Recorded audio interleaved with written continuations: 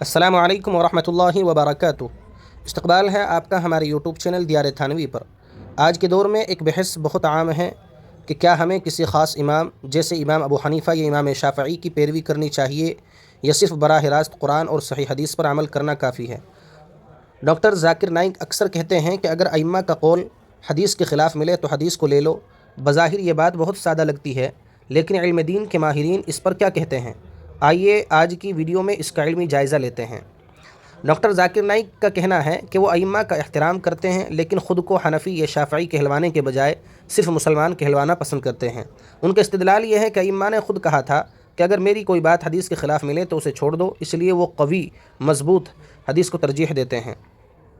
اب آتے ہیں اس بات کی طرف۔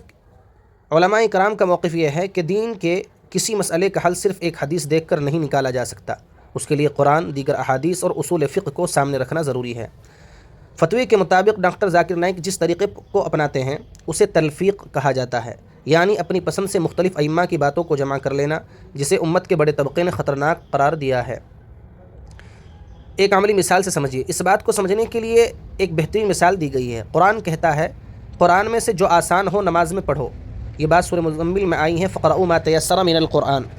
حدیث کہتی ہے اس کی نماز نہیں جس نے سورہ فاتحہ نہیں پڑھی، لا صلاۃ لمن لم یقرأ بفاتحۃ الکتاب، حدیث ہے باقاعدہ۔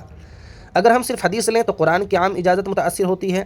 امام ابو حنیفہ نے ان دونوں میں ایسی مطابقت پیدا کی ہے اور درمیانی راستہ نکالا ہے کہ قرآن پر بھی عمل ہو جائے اور حدیث پر بھی۔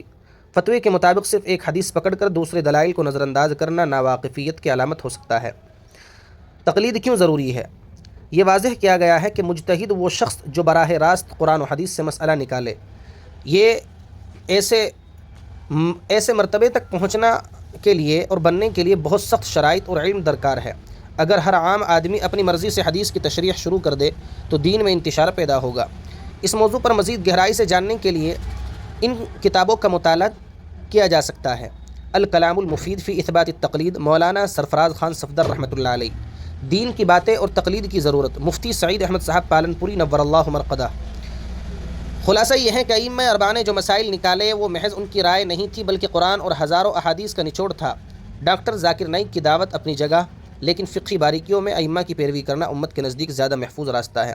آپ کی اس بارے میں کیا رائے ہے؟ کمنٹس میں ضرور بتائیں اور علمی ویڈیوز کے لیے ہمارا چینل سبسکرائب کریں۔ السلام علیکم ورحمۃ اللہ وبرکاتہ۔